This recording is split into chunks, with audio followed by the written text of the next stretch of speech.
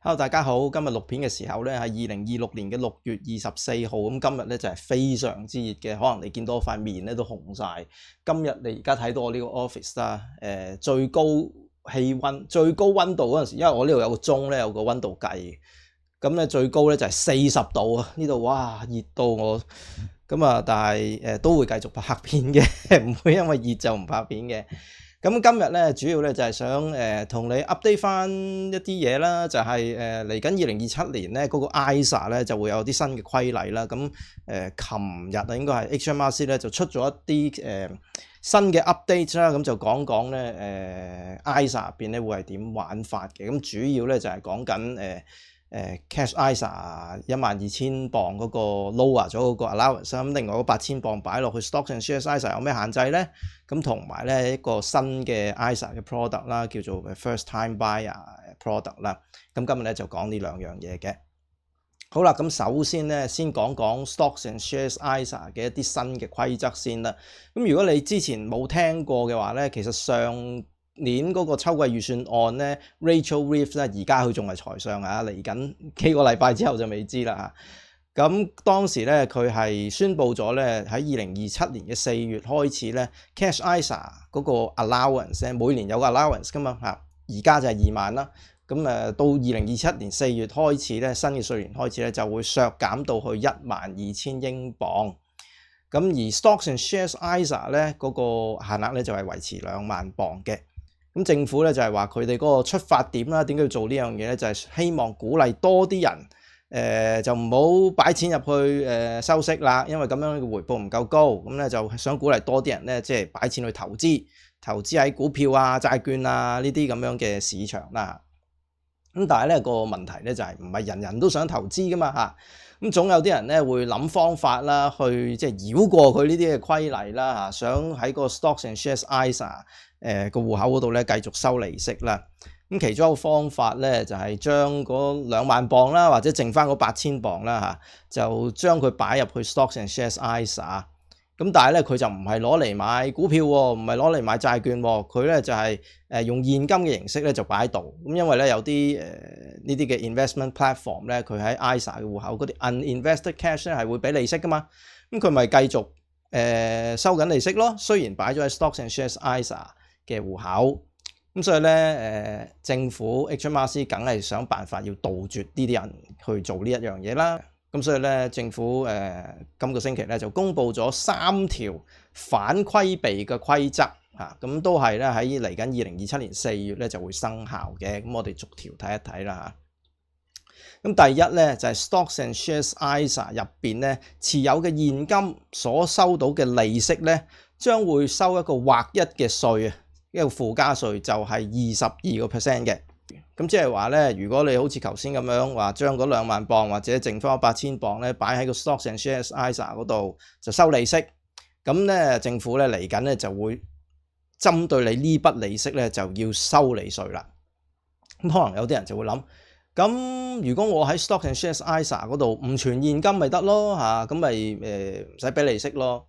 理論上係嘅，咁但係實際上咧，即係作為一個都投資咗一段時間嘅人啦嚇，我自己覺得咧，如果就算一個係全心全意希望將筆錢係擺喺 Stocks and Shares 嗰度投資嘅人咧，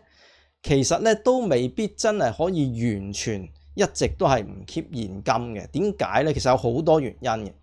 首先咧就係如果你買股票啦，或者 ETF 都好啦，你收股息。咁佢都係派翻現金俾你噶嘛，大部分美國嘅公司或者英國嘅公司都係派現金啦，就比較少係派股份啦嚇。咁如果係 ETF 嘅，咁當然你喺 Stocks and Shares ISA 你咪買啲 accumulating 嗰啲咯，咁佢就唔派股息俾你，佢就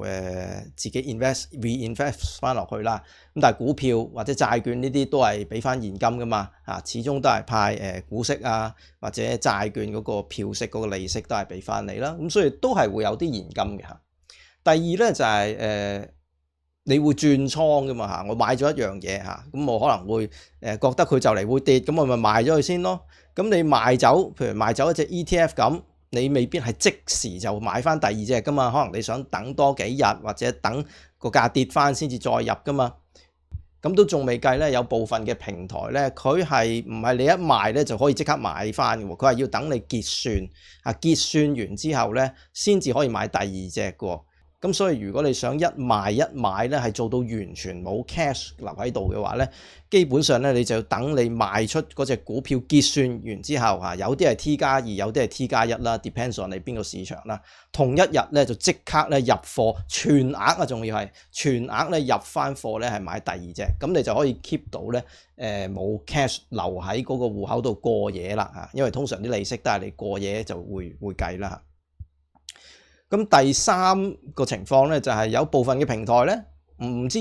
持買碎股嘅喎，譬如你擺咗2萬磅入去，你想2萬磅買晒股票ETF 都好，咁佢唔支持碎股咧，其實你就未必可以咁啱砌得到係買晒2萬磅嘅，咁點都會剩翻少少錢，咁呢啲又係現金啦變咗。第四咧就係呢個亦都係好難避免啦，有啲平台嘅，尤其是一啲大啲貴啲嗰啲平台啦，咁佢係就算 ISA 戶口咧，佢係會收年費啦，有啲會收交易費啦，即係每一個 trade 你都要俾commission 啦。咁所以咧，其實你喺個戶口度咧，你係需要保留定一啲現金咧，去俾呢啲年費、月費或者係一啲交易費。咁所以咧，我自己覺得啦，其實就算你真係全心全意想將筆錢咧擺晒落去做投資嘅，但係你喺個 Stocks and Shares ISA 咧係好難避免都係完全冇現金嘅，除非你係將嗰2萬磅一次過咧就擺咗落一隻 ETF 度，而嗰隻 ETF 咧係唔派息嘅，而你又唔會賣嘅，一路喺度等喺度，每年入2萬磅入去都係咁樣做。但係而嗰個平台咧又唔收交易費，唔收年費，乜都唔收嘅。咁就有啲可能啦。咁呢一個規例咧，另一個大嘅未解決嘅問題咧，就係而家大家都未清楚咧，究竟佢話要收22% 嘅稅嘛，嗰筆現金嘅利息，究竟係邊個負責報咧？嗱，如果係投資者即係 ISA 戶口持有人自己去報咧，咁即係咧你要填 self assessment 咯。嗱，本身用 ISA 咧，其中一個最好嘅方便人嘅咧就係唔使報稅啊嘛，免稅噶嘛。咁本身好簡單嘅，你而家突然間話我用 ISA 戶口收到利息都要報稅喎，咁即係好複雜啦嚇。咁如果咧係嗰個投資平台，即係個 ISA provider 咧係要預先扣稅嘅嚇，好似譬如你喺退休金戶口咁樣攞錢出嚟，其實佢都會預先扣你稅噶嘛，扣20% 噶嘛。咁呢個情況咧都係有機會嘅，但係唔係個個人咧都需要交嗰筆稅噶嘛，因為可能佢嘅 personal allowance 係可以 cover 到未過嘅，咁佢咪唔需要交咯。咁但係平台又已經扣咗佢啦，咁即係話呢啲人咧佢就要另外咧又用呢個 self assessment 咧去申請退翻呢筆嘅稅啦，咁又係仲煩嘅非常之煩。咁如果第三個選項啦，就係如果個平台咧係代你報嘅，佢唔係代你收，即係佢唔係扣起佢，佢代你報，咁就好似而家啲銀行咁樣啦。其實而家銀行你英國嘅銀行收利息咧，佢背後每年都會報翻你收咗幾多利息俾 HMRC 噶嘛。咁呢個就會令到啲投資平台嗰個行政工作就增加咗啦，對一啲小型嘅平台咧嗰個成本個壓力咧就會大咗啦。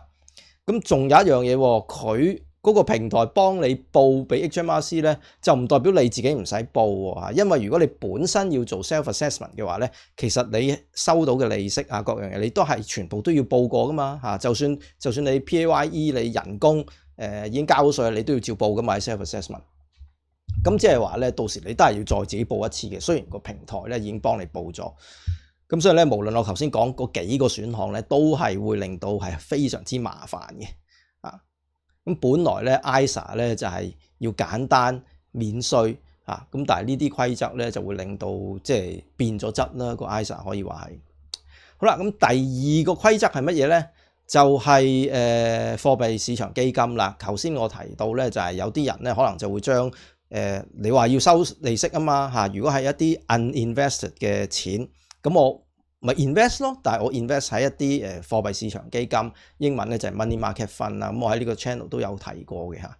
咁其實咧 money market fund 咧就係一種算係幾低風險，相對嚟講係低風險啦。流動性高啦，你隨時可以買賣嘅啦。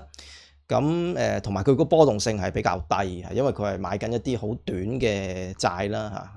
有啲可能係講緊1個星期內啊，最長都係1年內。咁但係平均嚟講，佢有一個要求，通常都係講緊1個月啊，幾個星期咧就已經到期。咁所以佢個波動性係相對嚟講係低。咁有啲人咧就會視佢為一種非常之接近現金嘅一種投資嘅產品啦。咁佢就會派翻息俾你啦，定期。咁如果政府咧話要喺 Stocks and Shares ISA 嘅現金收到利息要收稅，咁好簡單啫，自然就會有啲人咧就將啲錢咧就擺晒落去啲 money market fund 嗰度啦，咁咪一樣收利息，係咪咁就可以繞過咗呢個cash ISA 12000英鎊嗰個限制啦，都唔係話繞過嘅，但係佢一樣可以攞剩翻8000蚊嚟收息啦。咁呢個方法咧，我自己覺得啦，政府係好難阻止得到嘅，除非佢直情係講話Stocks and Shares ISA 咧就唔俾你買 money market fund。呢個早期嘅時候咧，即係 ISA 再前一代嗰啲咧係有曾經試過唔俾買 money market fund。咁但係而家佢就冇咁樣做啦，咁樣亦都唔係幾好啦，即係有少少係打壓咗呢啲嘅 money market fund 啦。本身佢都係一個好有用嘅工具嚟噶嘛。咁政府諗住點樣做咧？咁佢最新嘅回應咧就係，如果你喺 Stocks and Shares ISA 入邊100% 嘅錢都係買緊 money market fund 嘅，咁呢個賬戶咧，呢個 ISA 戶口咧就唔符合免稅嘅資格啦。咁你喺嗰個 money market fund 嗰度收到嘅利息咧，佢都要抽翻嚟稅，咁就係嗰22% 啦。咁但係我相信精明嘅你一聽到呢度你都會諗到啦，係咪？呢個規例有一個好明顯嘅漏洞，就係100% 買晒 money market fund 嘛。就算你個戶口係有10萬鎊 ，OK， 10萬鎊，只要你入邊用1蚊1鎊係買咗非 money market fund 嘅，譬如買一隻World Index 嘅 ETF 啦，即係你買1蚊啫，1鎊啫，咁剩翻嗰幾多？99,999鎊你都係買緊 money market fund 嘅，咁就唔係100% 啦，咁就已經冇事咯，就收到嗰個 money market fund 嚟緊嘅利息咧，你都唔需要交稅喎，咁樣就已經可以繞過到啦。咁係咪好有啲兒戲咧？係咪？咁其實咧，政府咧 HMRC 要執行上面咧，其實都係幾難嘅因為咧佢要一路咧去監察住你定你嗰個賬戶，你個 ISA 戶口咧嗰個持倉嗰個比例喎，而且咧呢個投資組合咧可能係每日都變緊噶嘛我今日係99% 冇問題，我聽日咧可能就變咗100% 啦，咁你點 trace 咧咁呢個咧我聽到佢呢個方案咧，我有少少咧就覺得咧係。喂，老闆就講咗個大方向啦 ，Rachel Reeves 定咗話要咁做啊嘛，咁但係制定 details 執行嗰班一睇就見到喂唔 work 喎，咁但係佢都要交功課㗎，又唔可以同老細講做唔到啊，咁咪諗條咁嘅橋出嚟咯。嗱，你100% 咧係 money market fund 咧，我先至收利息。咁所以咧，最終咧。如果真係實施呢一樣嘢啦，嗰個監管成本係非常之高，而實際上咧收到嗰個稅咧，我相信唔會有好多咁但係啦，即係呢個監管成本高咧，又未必係 HMRC 自己受嘅，因為佢大可以叫啲 investment platform 呢啲平台，你咪要交報告俾我咯你要每一年咧就要證實咧呢個 account 入邊咧冇任何一日咧係100% 係投資喺 money market fund 嘅你要出呢個 report 俾我，咁就搞着班 investment platform 嗰啲人啦咁就算佢真係監管唔到，咁都唔緊要㗎。報漏稅呢一樣嘢，從來都係個市民報稅嗰個人自己嘅責任嚟㗎啦。咁 HMRC 捉唔到你，都唔係佢嘅問題嘅但係佢捉到你就係你嘅問題咯。好啦，講咗2條新規矩，仲有第3個新嘅規則嘅，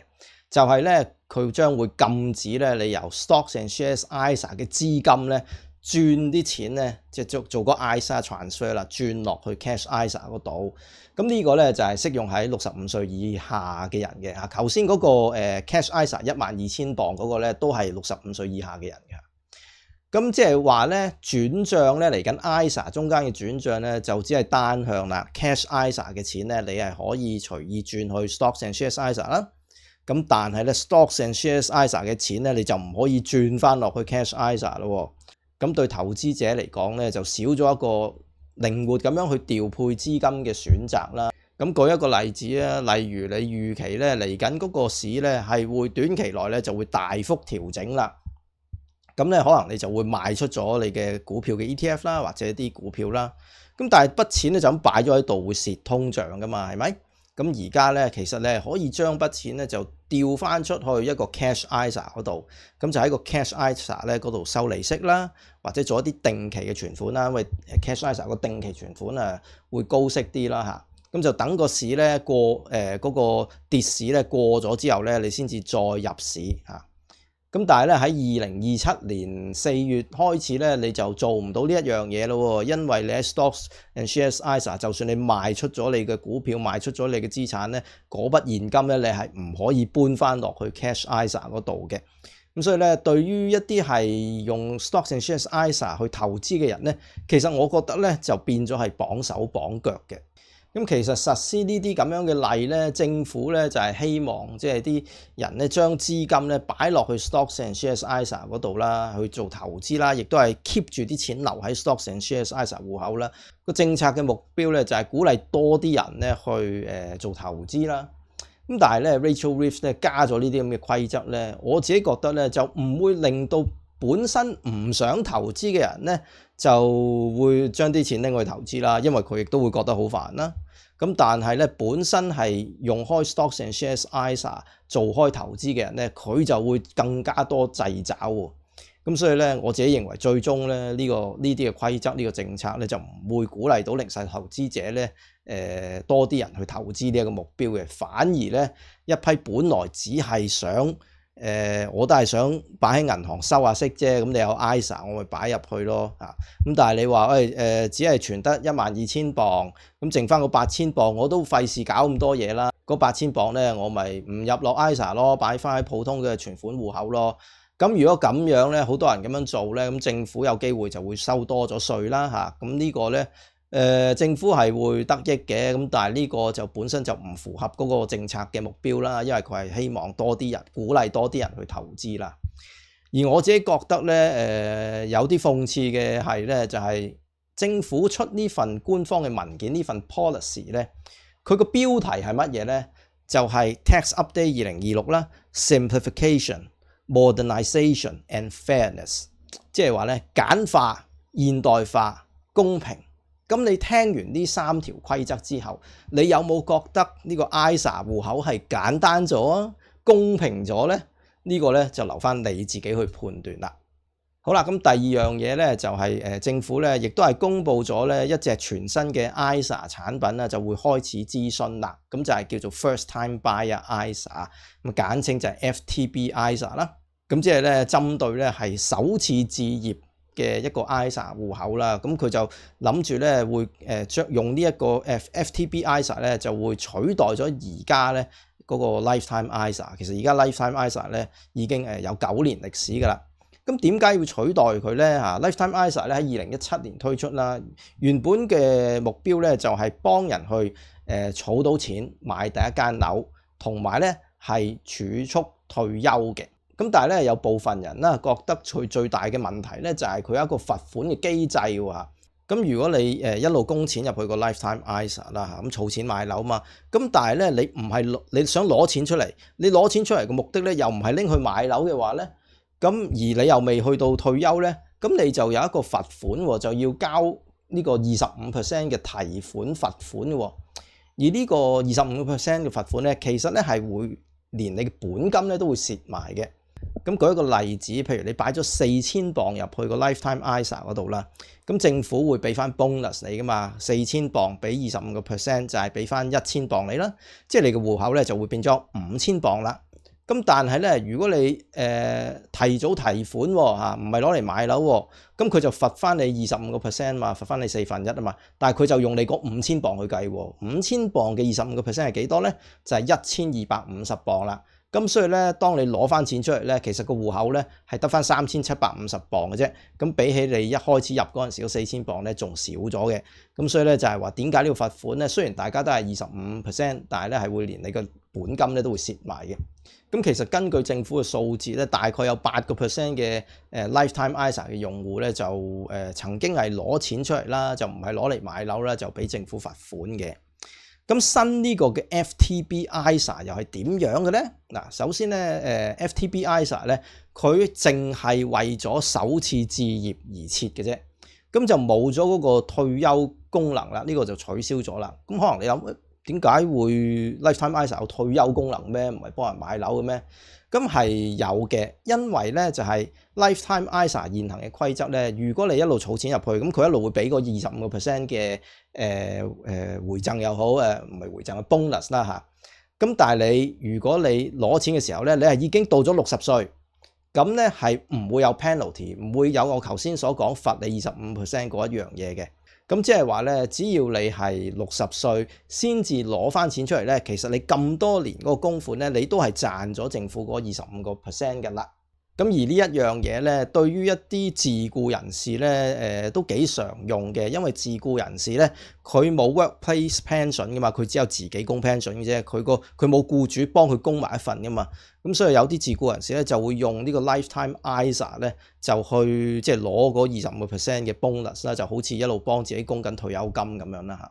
好啦，咁講翻呢個 FTB ISA 啦，申請人咧就要18歲以上啦，咁但係咧佢就冇年齡嘅上限嘅，而家嗰個 Lifetime ISA 咧係有年齡上限嘅，好似40歲以前咧你就要已經開咗戶噶啦，但係 FTB ISA 咧就冇嘅。咁值得留意嘅咧，FTB ISA 咧亦都係分兩種嘅，咁一種咧就係 cash 嘅 FTB ISA 啦，即係你雖然呢個係一個 FTB ISA，但係入邊你係儲錢嘅嚇，收利息嘅。咁另外咧，亦都將會有一啲咧係叫 stocks and shares 嘅 FTB ISA。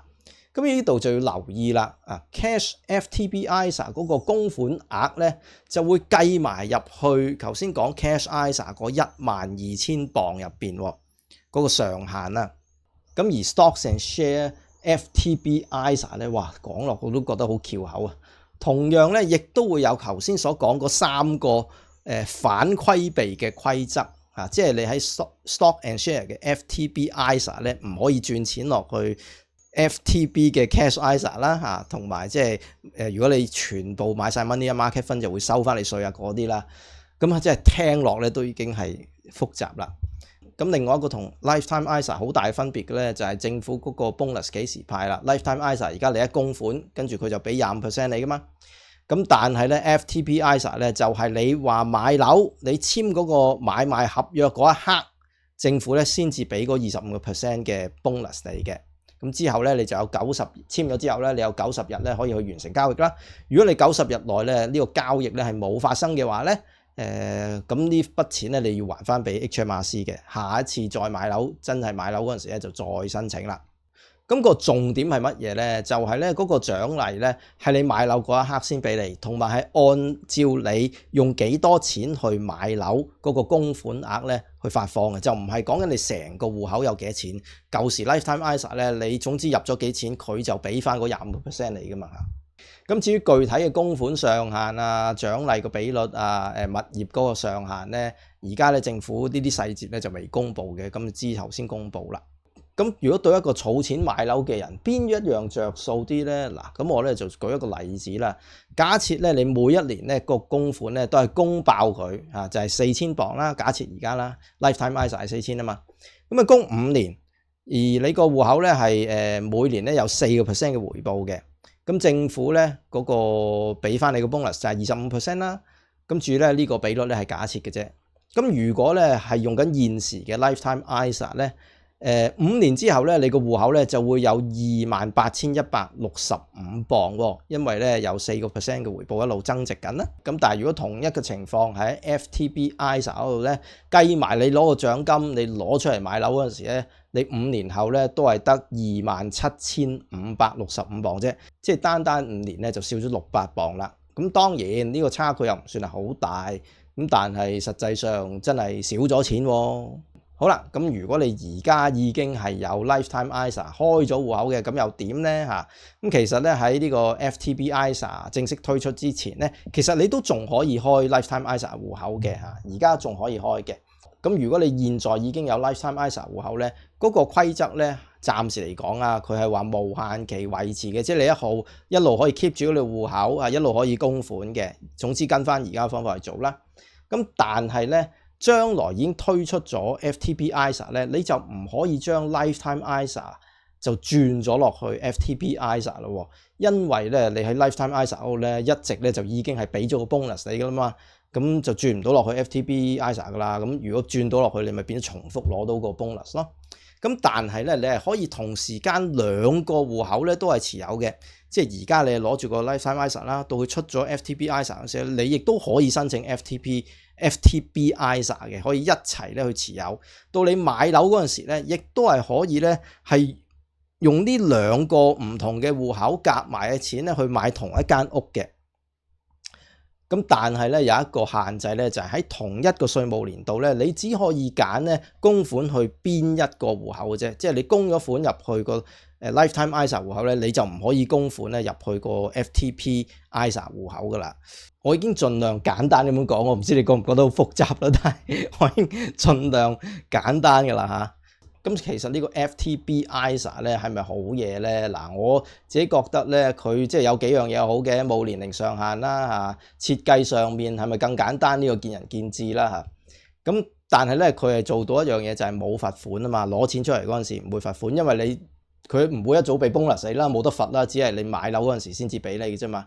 咁但係咧呢個罰款嘅問題咧，根據政府嘅數據啊，佢話只係8% 嘅人係咁樣罰款啫嘛，同埋佢自己揀噶嘛。咁要解決呢8% 嘅人先至遇到嘅問題，但係令到其餘92% 嘅人咧，咁多年供款嘅錢咧，儲錢買樓嘅資金咧係會少咗喎，比而家。咁呢個邏輯咧就未必個個人都認同啦嚇。咁以現時嘅階段咧，好難講，即係話 FTP ISA 係咪好過 Lifetime ISA 啦嚇？咁啲細節都未公布啦。咁而家做緊諮詢，個諮詢期咧就去到今年嘅8月17號嘅。咁所以咧，最後嘅細節咧係可以即係有機會係改變啦。而最緊要咧就係啲魔鬼咧就係喺個細節嗰度嘛。好啦，咁呢兩個咧就係最新 HMRC update 關於 ISA 嘅一啲新嘅規定啦。咁今日咧就同你分享到呢度啦。記住咧注意飲多啲水啦，因為真係好熱啊。